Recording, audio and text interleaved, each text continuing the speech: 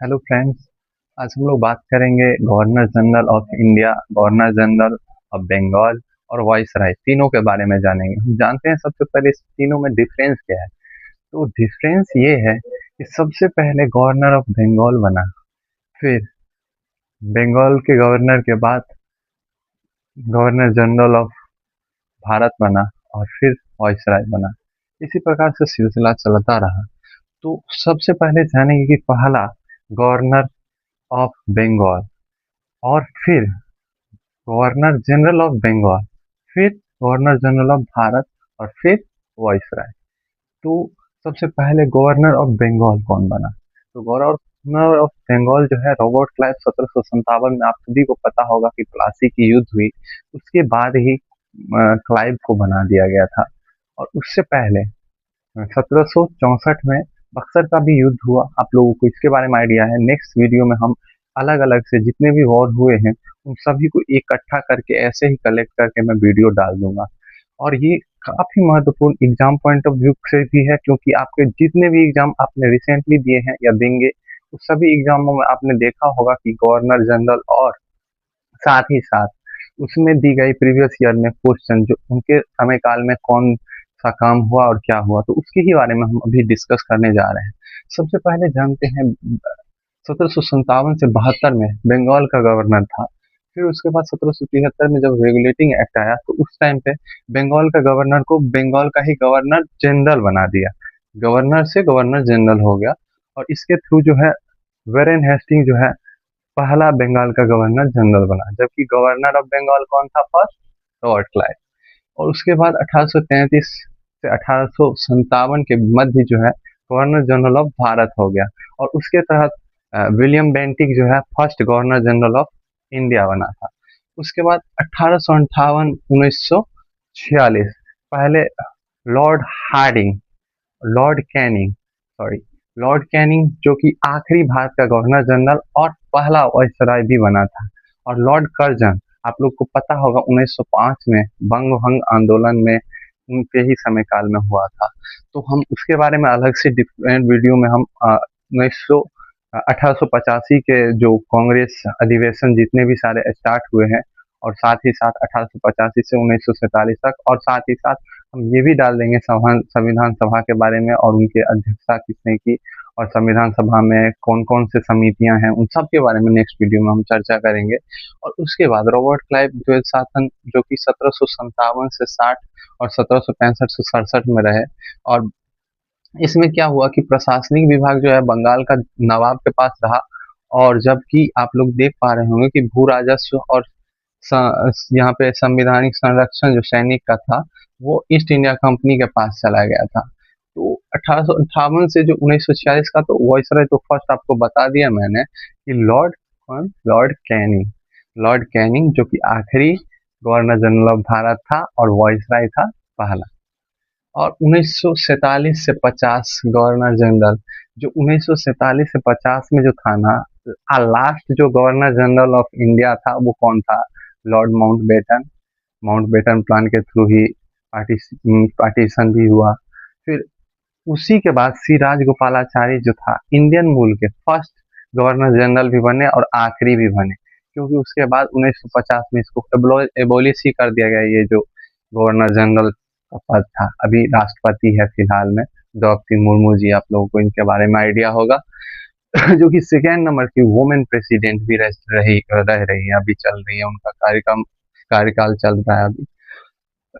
वेरेन Hasting और sorry वेरेस्टर और कर्टियर इसके बाद नेक्स्ट जो गवर्नर ऑफ बंगाल रहे। तो इसके बारे में काफी महत्वपूर्ण चीजें नहीं है। तो 1773 में रेगुलेटिंग एक्ट आया जिसमें गवर्नर से गवर्नर जनरल पद आ गया और बंगाल हो गया। और साथ ही साथ आपको बता दूं 1 जुलाई 1862 में पहला भारत का उच्च न्यायालय स्थापना हुआ कोलकाता में। उसके बाद यहाँ पे 1773 के रेगुलेटिंग एक्ट के थ्रू जो है 1774 में सुप्रीम कोर्ट भी की स्थापना हो गई कलकत्ता में। और जिसके पहले न्यायाधीश जो मुख्य न्यायाधीश थे वो कौन थे? Sir Elijah Impey. और इसके बाद आप देख पा रहे होंगे कि 1774 से 85 और इसी टाइम पे जो है Asiatic Society of Bengal sir William Jones द्वारा किया गया था। 1784 में ईस्ट इंडिया एक्ट आया और इंग्लैंड में नियंत्रित बोर्ड इसके तरह जो 1773 का रेगुलेटिंग एक्ट था उसमें कुछ कमियां थी, जिसको ईस्ट इंडिया एक्ट 1784 के थ्रू उसको कम करने का कोशिश किया, जिसमें कि नियंत्रित बोर्ड जो महाभियोग भी लगाया गया। वेरेन हेस्टिंग जो 1772-73 यहाँ पे देख पा रहे होंगे, वेरेन हेस्टिंग बंगाल के गवर्नर जो कि 1773 के बाद बंगाल के गवर्नर जनरल बन गए थे, उन पे महाभियोग लगाया गया, लेकिन बाद में उसको भी स्थगित कर दिया, समाप्त ही कर दिया गया क्योंकि बेबुनियादी पाया गया था, बताया जा रहा। और फिर 1773 से 1793 में यहाँ पे लॉर्ड कॉर्नवालिस जी सिविल सेवा और पुलिस का जनक माना जाता है भारत में। और लॉर्ड डलहौजी जो थे सिविल सेवा में जो उच्च पदों पे एग्जाम करवाने का जो कार्यक्रम है वो लॉर्ड डलहौजी द्वारा। और 1853 में आपको पता होगा कि मुंबई जो कि पहले बम्बई था, उसको बम्बई से ठाणे के बीच में पहला रेल जो भारत में चला था, और ये लॉर्ड डलहौजी के कार्यकाल में ही हुआ था। और इनका जो कार्यकाल है उसी में आपका लॉर्ड वेलेजली के बारे में उसके जो अलग से है उसमें, जैसे कि यहाँ पे आप लोग डलहौजी का 1848 से 56 और आधुनिक भारत के निर्माता भी माना जाता है, क्योंकि इनके काल में बहुत सारे चीजें भारत में आई थी और हुई थी, जैसे कि रेलवे 1853 हो गया, फिर संचार प्रणाली हो गया, फिर आपका आगरा कोलकाता के बीच में संचार प्रणाली जो फर्स्ट टाइम शुरू हुई थी। 1854 में डाकघर अधिनियम के तहत डाक टिकट का प्रचलन हुआ था। तो ये सभी महत्वपूर्ण चीजें इनके शासनकाल में, इसीलिए इनको आधुनिक भारत के निर्माता के रूप में भी जाना जाता है। और फिर हम सर जॉन शोर के बारे में जानेंगे, 1793 से 1798। इनके द्वारा इसमें कुछ महत्वपूर्ण चीजें थी नहीं। यहाँ पे खारदा का युद्ध जो लड़ा गया था, इनके शासनकाल में लड़ा गया था मराठा और निजाम के बीच में। लॉर्ड वेलेजली बंगाल का शेर कहा गया है इनको। 1798 से 1805 में इनका शासनकाल रहा, यानी कि एज अ ये क्या हो गए थे, 1798 से 1805 में गवर्नर जनरल ऑफ बंगाल ही थे। तो सहायक संधि प्रणाली इनके लॉर्ड वेलेजली के काल में सहायक संधि प्रणाली हो गया। बसिन की संधि किसके किसके बीच में हुआ था, मराठा एंग्लो मराठा सॉरी अंग्रेज और मराठा के बीच में बसीन की संधि हुई। और चौथा एंग्लो मैसूर वॉर भी इनके काल में हुआ था। और यहाँ पे देख पा रहे हैं प्रेस पर प्रतिबंध भी लगाया गया था, जो कि बहुत महत्वपूर्ण है। एसएससी सब में पूछा गया है क्वेश्चन कि लॉर्ड वेलेजली के शासन काल में प्रेस पर प्रतिबंध किसके काल में, कौन से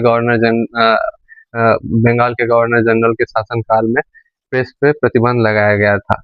और फिर भारत में फ्रांसीसियों में भय को समाप्त, ब्रिटिश सर्च का विस्तार और फर्स्ट हैदराबाद के शासक शासक वो, इसमें ये सब महत्वपूर्ण चीजें हैं नहीं, ये हटा दीजिए।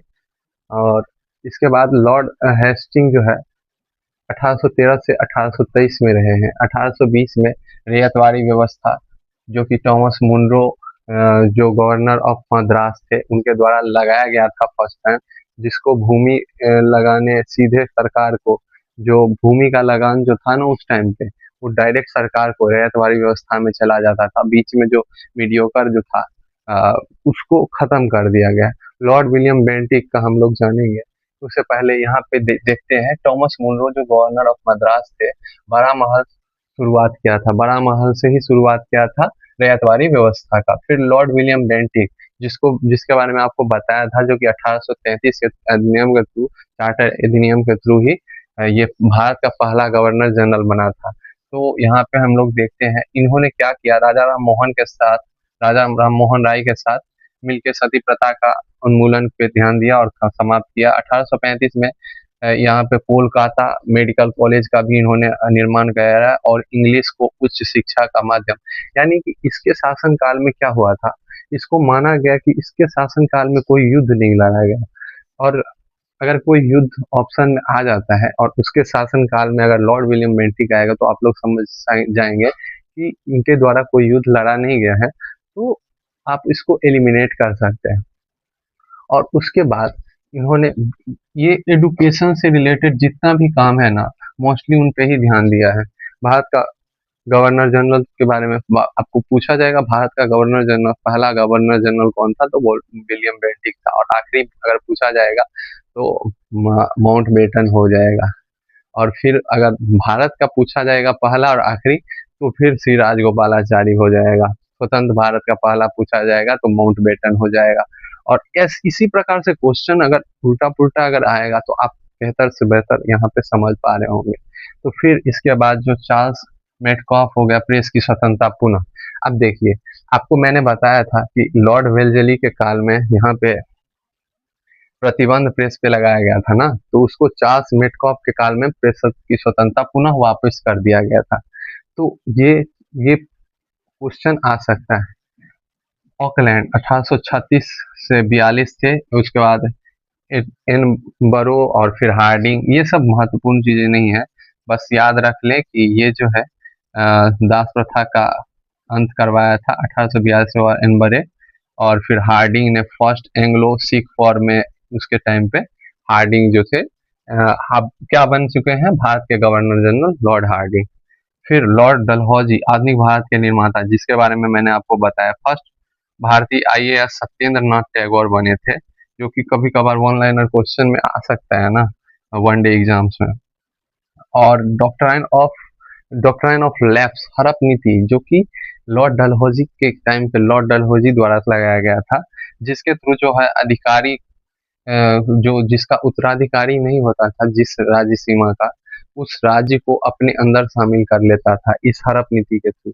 और जिसका बाद में शिकार, जिसका पहला शिकार सतारा महाराष्ट्र के बने थे, और फिर बाद में जाके कानपुर झांसी, ये सबको उसके तहत मिला लिया गया। 1905 में करजन, जो कि बंगभंग के टाइम पे थे। और फिर हम आपको बताएंगे 1872 में जो पहला जनगणना हुआ था, जो कि 10 वर्षीय जनगणना नहीं था, लेकिन वो मेयो के काल में हुआ था। फिर 10 साल के अंतराल पे जो पहला शुरुआत हुआ था, और 1881 में लॉर्ड रिपेन के टाइम पे हुआ था, जो कि वाइसराय, क्योंकि पहला यहाँ पे आप देख पा रहे होंगे लॉर्ड कैनिंग, जो 1856 से 58, 1858 से 62 फर्स्ट वाइसराय थे। उसके बाद मेयो, फिर रेपेन, फिर डफरिन। डफरिन के टाइम में 1885 में जो है कांग्रेस आईएनसी की स्थापना, इंडियन नेशनल कांग्रेस की स्थापना हुई थी। और उसके बाद फिर 1944 से 47 में वेवले था। और फिर 1947 से 48 में माउंट बेटन। और ऐसे ही ये वीडियो समाप्त हो गया। और नेक्स्ट वीडियो में मैं जो भी फ्रीडम फाइट हुई, जैसे 1857 की क्रांति हो गई, और जितने भी युद्ध हुए हैं इंडिया में, और मॉडर्न हिस्ट्री, क्योंकि सबसे ज्यादा महत्वपूर्ण है मॉडर्न हिस्ट्री। अगर आप लोग चाह रहे हैं कि ऐसे ही मैं वीडियो लाऊं जिससे कि आपका रिकॉल हो जाए जस्ट बहुत ही जल्द जल्द, तो कृपया से आप लोग भी कमेंट में मेंशन कीजिएगा। Thank you for giving your important time. Bye.